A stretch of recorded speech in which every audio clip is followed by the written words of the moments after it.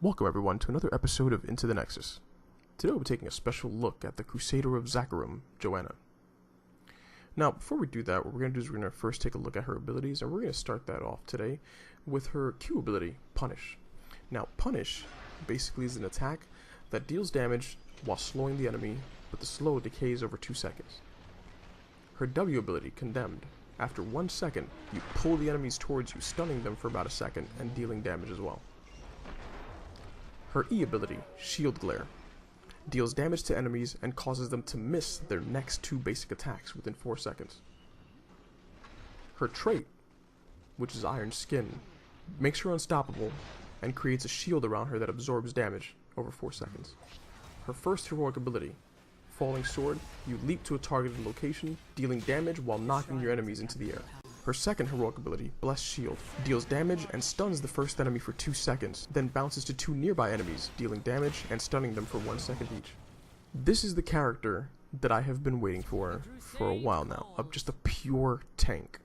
And this is exactly what she is. Her damage is alright, so I don't want you guys to think that, you can just go in there and spec her for damage and expect to be like the best at the best of the best. Sir! That's not really what she does. Where she shines is her ability to tank. That's it. She's there.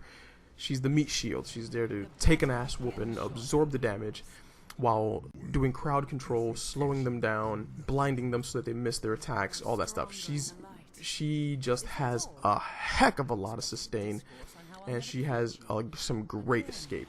With her move, the Falling Sword, not only can you just dive in and just take everybody out of their game, you can also use that as an escape. So in the event that you're about to die and your team needs you, you can just use Falling Sword to get the hell out of dodge. You can use her Iron Skin to also get out of dodge. If you spec into it properly, it absorbs a hell of a lot of damage. Like I said, she is a tank, guys, so if that's not your playstyle, I understand it, but at the end of the day, she is so much fun. You get the right team comp, you just get the right people to play with you, and at the end of the day, you're gonna see that this character is just something amazing. For her talents, I wanted to make her as tanky as possible while still making sure she gets enough mana. So one of the talents that I picked out for her was Righteous Smash, and basically your punish restores 10 mana per hit. It's debatable, because obviously she's new, and everything, so everybody's still tweaking her, and everything like that. So there's different ways you can spec her, but just me personally, I just felt like she was burning through a lot of mana for me. Since most of the time I was always in a team fight,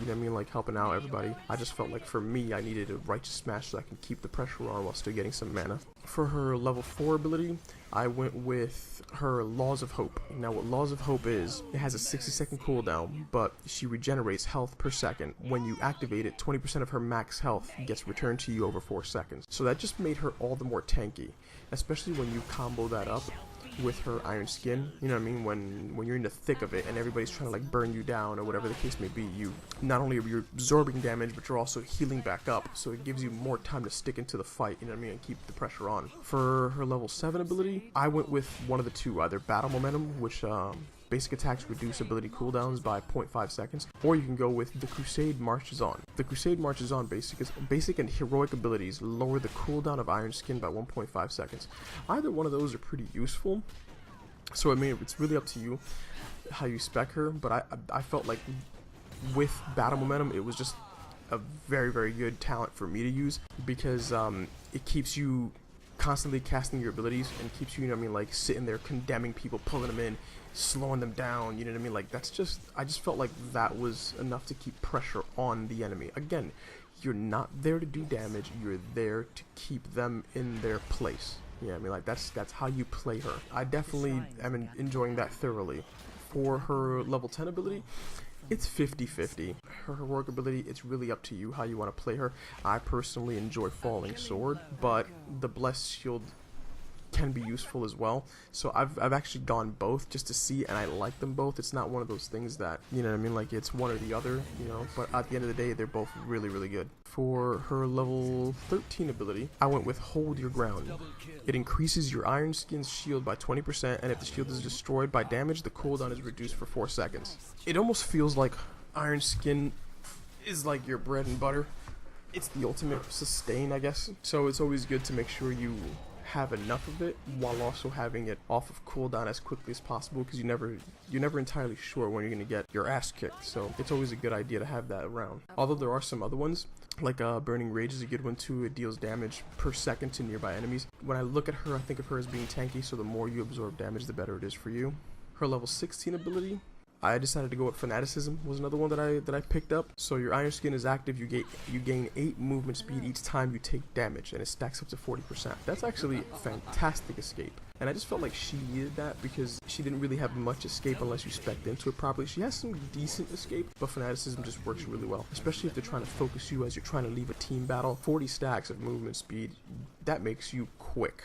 Her level 20 ability, I went with Indestructible. Upon taking fatal damage, you gain a shield equal to your maximum health for 5 seconds. This is basically like a second wind, so to speak, or like a get out of jail free card. You know what I mean? Like once you take that type of damage and you're about to die and Indestructible hits, you can either get the hell out of there or stay in the fight to help your team just enough until somebody heals you. It's definitely a very, very useful talent. I definitely enjoy this character. She's a really, really good solid tank. Has a lot of sustain, has a lot of escapes. She's definitely a lot of fun to use. If you're into tanks, highly recommend you check her out. Like I said, don't play her as a DPS. That's not what she is. She can do it, but where she shines the most is definitely gonna be in her tanking ability. So if you guys want to check out a new tank, you know what I mean, like one that you could dedicate, you know, to tanking, Johanna is definitely the way to go. She's a lot of fun. And when it comes to a really good team comp, or just in general, just a really good team, you know, people that communicate, she is gonna give the opposing team a run for their money.